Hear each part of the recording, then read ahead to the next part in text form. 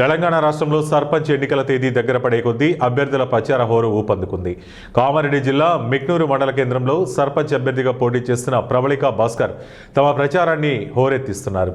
గ్రామంలో ఓటర్లతో ప్రత్యేక సమావేశాలు నిర్వహించి అనేక హామీలను గుప్పిస్తున్నారు. గ్రామంలో సీసీ రోడ్డు, మురికి కాలువలు, వీధి లైట్లు ఏర్పాటు చేయడం ప్రాధాన్యతగా చేపడతామని వారు హామీ ఇస్తున్నారు. ప్రతి గల్లీలో ఇంటింటికి తాగునీటి సౌకర్యం కల్పిస్తామని వాగ్దానాలు చేస్తున్నారు. గ్రామంలోని బస్టాండ్ ఆవరణంలో మరుగుదొడ్లు నిర్మించడంపై ప్రత్యేక దృష్టి పెట్టనున్నట్లు పేర్కొన్నారు. శ్మశాన వాటిక సమస్య, కోతుల బెడదను నివారిస్తామని హామీ ఇస్తున్నారు. ఇక్కడ ఏ ప్లాంట్ ప్రాబ్లం లేకుండా నీటిని సమస్య, మరీ ముఖ్యంగా మురుగునీరు. కొన్ని ఇళ్లలో ఏమవుతున్నాయి అంటే ట్యాంక్ వాళ్ళది నిండిపోయి ఉల్టా నీళ్లు వెళ్ళడం వల్ల అది మోరులోకి వెళ్ళి మురుగునీరు కూడా వస్తున్నాయి కొన్ని ఇళ్లలోకి.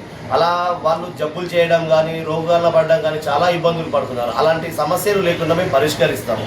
మరీ ముఖ్యంగా ఇంకో విషయం ఏమిటంటే సీసీ రోడ్ల నిర్మాణం ఎక్కడెక్కడైతే పెండింగ్లో ఉన్నాయో అవన్నీ చేస్తామని చెబుతున్నాము.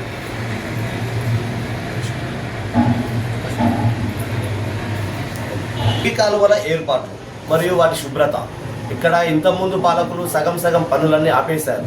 ఏమన్నా అడిగితే ఫండ్స్ లేవని, ఇవి అని, అవి అని చెప్తున్నారు. కానీ అలాంటి వాటికి కూడా మేము కంప్లీట్గా తగు చర్యలు తీసుకుంటాము. విషయం ఏమిటంటే లైబ్రరీ సమస్యలు. అక్కడ యువత వెళ్ళినప్పుడు అన్ని రకాలుగా బుక్స్ కానీ, వారు చదువుకునే మెటీరియల్ కానీ ఎలాంటివి కూడా కొన్ని ఉంటున్నవి, కొన్ని అందుబాటులో ఉండడం లేదు. అలాంటి సమస్య కూడా మేము పరిష్కరిస్తాము. ఇంకొక ముఖ్య విషయం ఏమిటంటే బిక్కనూరు గ్రామంలో ఉన్నటువంటి బస్టాండ్లో బస్సులు ఆగుతున్నాయి, కానీ అక్కడ వాళ్ళకి ఎవరైనా టాయిలెట్, వాష్రూమ్స్, ఈ దసరాకి అక్కడ ఉండే సౌండ్ సిస్టమ్ మా సొంత నిధులతో మేము చేస్తాము.